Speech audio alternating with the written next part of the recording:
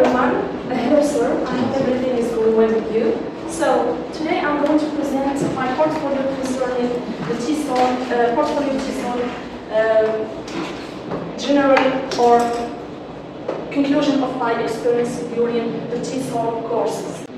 This is my picture with my supervisor, Mr. Taleb, and my colleagues, my wonderful colleagues. So, first of all, I would like to express my sincere gratitude to our supervisor, Mr. for giving us this great opportunity to enhance and improve ourselves as teachers or as aspiring teachers.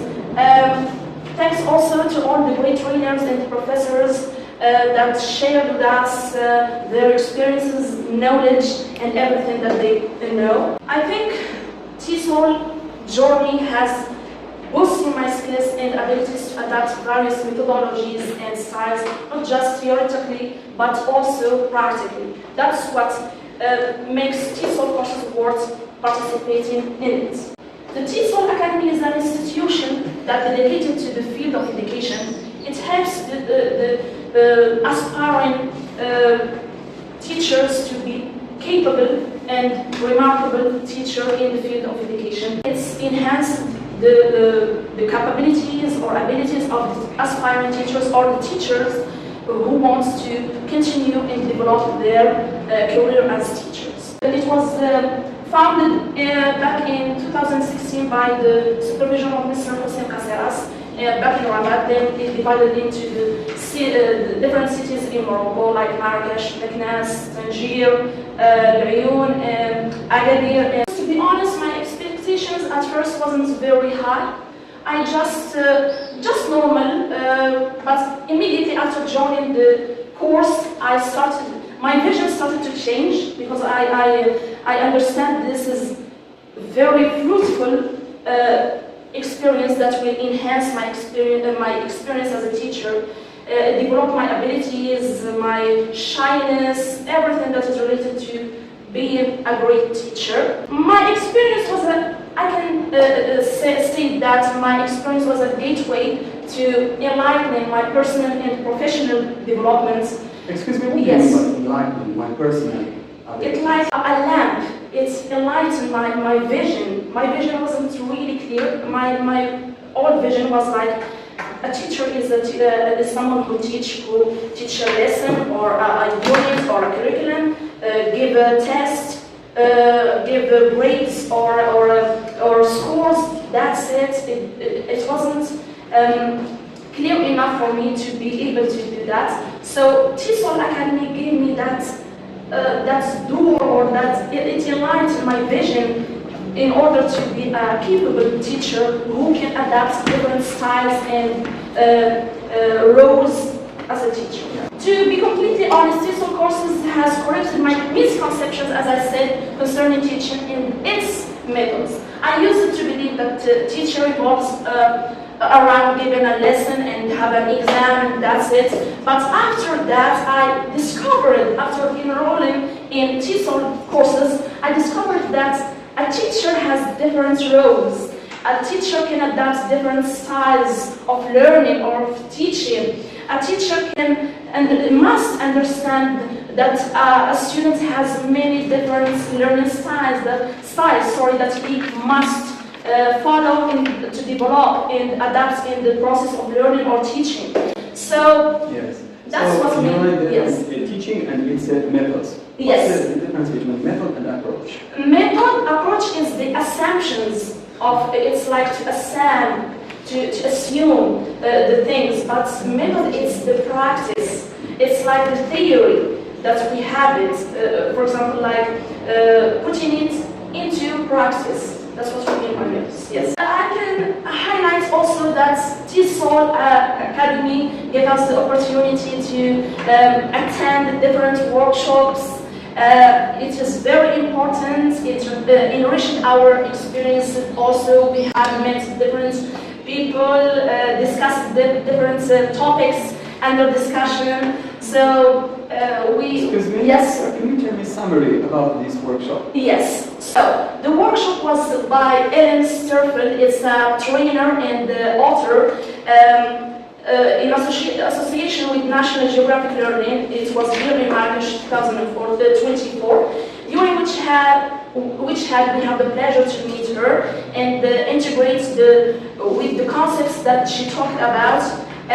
She integrated different strategies that a teacher must have or to apply in the classroom. For example, like social emotional learner, which means a teacher needs to understand the emotional and the social background of his or her students in order to achieve his goal. The notion of student-centered learning. I put the students in the first step or place in teaching in a learning process, where I act as a helper, guider, that allows to my students the chance to explore all walks of life autonomously and independently. So what do you mean by guide? I guide them inside the classroom, and also I give them instruction that can guide them outside the classroom, for example, like in their life. For example, their time management, their routine that they can change. So I give them these instructions and steps that can help them, whether inside the classroom or outside the classroom. Tell me your top 3 teaching skills. Okay, being patient, open-minded, and sympathy and empathy for the learner. Yes.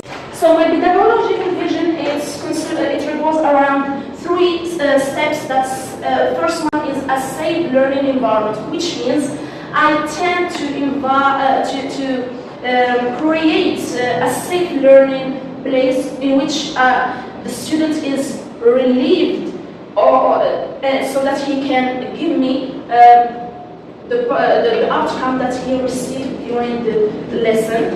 After that, I tend to do some equal opportunities. For example, the backgrounds, as we know, there is high social background, there low social background. I tend to minimize the difference between them. So which means we are equal inside the classroom. We are here to learn, to teach, and to learn things that there is no difference between high or low social background. So I tend to minimize this differentiation. You mentioned that real life. How do you link between real life and the classroom environment? I tend to, for example, make a link between their lives, their situations, what they do, what they have, their parents, their relationship with their parents, and things like that, and connected that into the classroom and apply it, and make them understand what is the difference, and we have to apply the same rules, whether in the classroom or outside the classroom. Micro-teaching. Yes. So my micro-teaching was about reading lesson. The first step was a warm-up. I asked my students a question: what does the word weekend mean to you? After that, I instructed the answers. I tended to engage my students, my colleagues or my students, so it gives me the privilege to engage them into the process of the lesson. After that, I moved to reading lesson presentation stage, in which I distribute to my students the text to be studied. After that, I get the chance for my students to read each paragraph in the text in order to answer the true or false questions. At the end of the presentation stage, I look forward to elicit from my students some stories about interest in me, and the core objects from this lesson is to make my students able to speak, to read, to engage their stories with us. What are the 5 C's? Communication, connection, culture, comparison, and communities. Top 5 classroom management tips. Okay, so I tend to be the main role in the classroom. I tend to manage the class. I like to make them sitting arrangements. What's your favorite shape? My favorite shape, I think, it's shoe horse or like a circle. What? When it gives them the chance to look at each other, to exchange visions, to be confident about what they say, to face their fears and improve themselves. Classroom management tips. I can say that patience, guiding, also planning, and that's what I do, honestly, in the classroom. That's my 3 tips that I do, yes. Your last word? So, I would like to express my sincere gratitude for you, sir, for Mr. Hussein Asselas, for all the great teachers or professors or trainers that shared with us their experience. It was really fruitful, and if I have the chance to repeat it, I will repeat it, because it's worth it.